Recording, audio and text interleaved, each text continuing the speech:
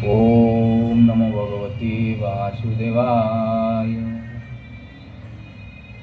चतुर्थ स्कंद पंचम अध्याय।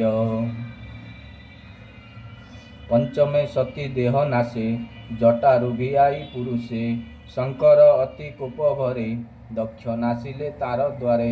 मैत्रेय उवाच नारद वाक्य अवधाने रुद्र उठिले कोप मने दक्षर यज्ञ नाश अर्थे कोप बसिला रुद्र चिते। रुद्र बदने कोप देखी विभुदे भुवन उपेक्षी कंपिले रुद्र कोप शुणी महाप्रलय प्राय पणी।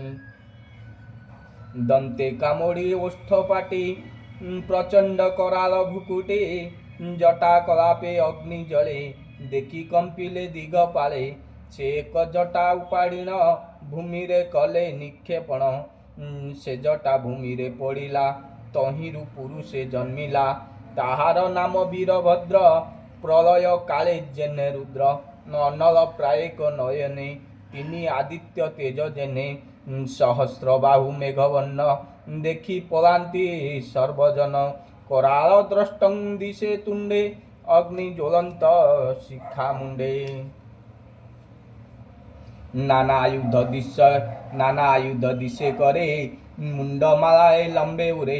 रुद्रंकु चाहि कर जोड़ी बोलोई अधर कमोड़ी कही कि करिबी मुहि। रुद्र बोलंती ताकू चाहि तू हुआ गणक ईश्वर एबे तू मोर बोल कर। दक्षर प्राण यज्ञ संगे विनाश कर रण रंगे।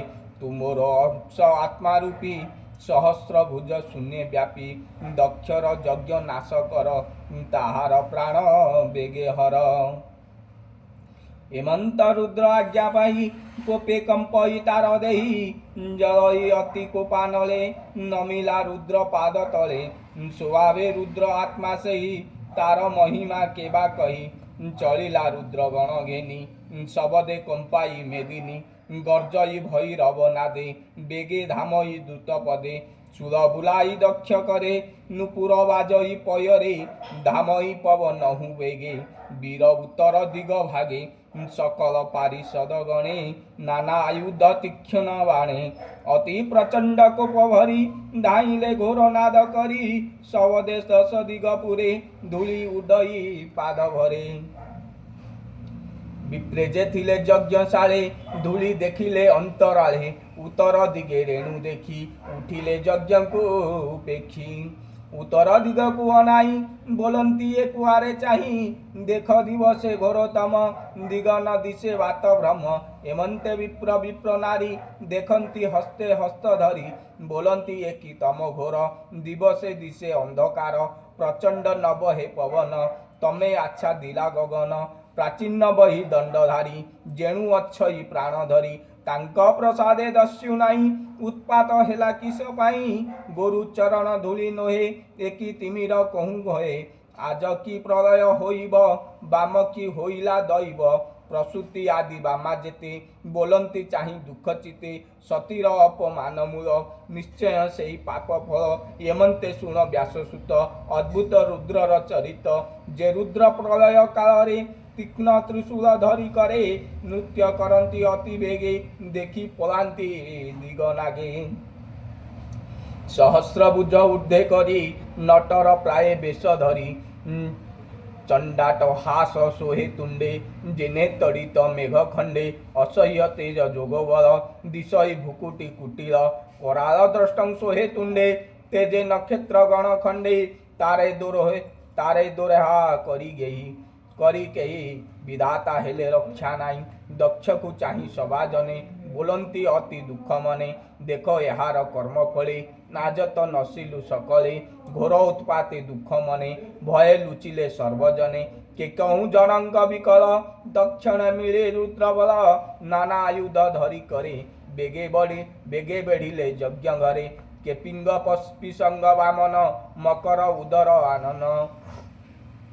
सबदे गगन उछुले बेगे पशिले यज्ञशाले केहू भांगंती यज्ञवास के पंती शाला करे नाश। के पाकशाले प्रवेशंती के यज्ञ पात्र को भांगंती के यज्ञ कुंडरे मिलंती।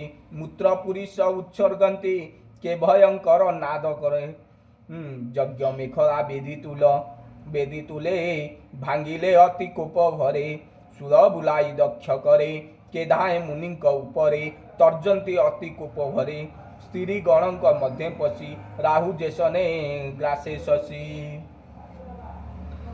ଦେବେ ପଳାନ୍ତି ତାହା ଦେଖି ଯଜ୍ଞର ଭାଗକୁ ଉପେକ୍ଷି ତାହାଙ୍କୁ ରୁଦ୍ରଗଣେ ଦେଖି ଧାଇଁଲେ ଦୟାକୁ ଉପେକ୍ଷି ମୃଗକୁ ମଣିମାନ ବାଧେ ତା ଦେଖି ପ୍ରଜାପତି କାନ୍ଦେ ଦକ୍ଷକୁ ବୀରଭଦ୍ର ଧରି ପଶୁର ପ୍ରାୟ ବନ୍ଦୀ କରି ଚଣ୍ଡୀଶ ପୂଷଣକୁ ଧରେ ଭଗକୁ ଧରେ ନନ୍ଦୀଶ୍ୱରେ ଯଜ୍ଞ ଦେବତା ଯେତେ ଥିଲେ ଋତ୍ୱିଜ ଆଦି ବିପ୍ର ତୁଲେ ରୁଦ୍ରଗଣଙ୍କ ତେଜ ଦେଖି ଭାଜିଲେ ଯଜ୍ଞକୁ ଉପେକ୍ଷି ଯେ ଭୃଗୁ ଯଜ୍ଞ ହୋମ କରି ଘୃତ କ୍ଷେପନ୍ତି ଶୁଭ କରି ତାହାଙ୍କ କେଶ ବାମ ହସ୍ତେ ରୋଷେ ସେ ଧଇଲେ ତୁରିତେ ତାହାଙ୍କ ଦାଢ଼ି ରକ୍ଷ କରେ ପୁଣି ଉପାଡ଼ି କୋପ ଭରେ ସଭାରେ ପଦ୍ମ ଯୋନି ବଲା ଯେ ଦାଢ଼ି ହଲାଇ ବସି ହସିଲା ଉପାଡ଼ି ଭୃଗୁ ଲମ୍ବ ଦାଢ଼ି ଭଗକୁ ରୋଷେ ତଳେ ପଡ଼ି ଚକ୍ଷୁ ଉପାଡ଼ି ନଖ ଅଗ୍ରେ ପୂର୍ବର ସାପ ବହି ଭୋଗେ ରୁଦ୍ରଙ୍କୁ ସାପ ଦେବା ବେଳେ ଯେଉଁ ଚକ୍ଷୁରେ ଠାରିଥିଲେ ଗରିମଣିକୁ ସାପ ବେଳେ ଅପମାନିତ କୋପାନରେ ଦନ୍ତ ଦେଖାଇ ପୁଷା ହସେ ସେ କଥା ସ୍ମରି ମହାରୋଷେ ମୁଷ୍ଟି ପ୍ରହାରୀ ବାମ କରେ ଦନ୍ତ ଝାଡ଼ିଲେ ରୋଷ ଭରେ କଳିଙ୍ଗ ଦେଶ ରାଜା ରଦ ଯେନେ ଭାଙ୍ଗିଲେ ବଳଭଦ୍ର ଦକ୍ଷର ହୃଦ କରେ ତାଡ଼ି ରୁଦ୍ର ଯେ ଅଧର କାମୁଡ଼ି ଭୂମିରେ ପୋଡ଼ିଲେ ଉତାନେ ତୀକ୍ଷ୍ଣ ଖଡ଼ଗେ ମୁଣ୍ଡ ହାଣେ ତେଣେ ନ ପାରେ ମୁଣ୍ଡ ଚିହ୍ନି କୋପଣେ ଅସ୍ତ୍ର ଶସ୍ତ୍ର ଘେନି ପ୍ରହାର କଲେ କଣ୍ଠ ତଟେ ତେଣୁ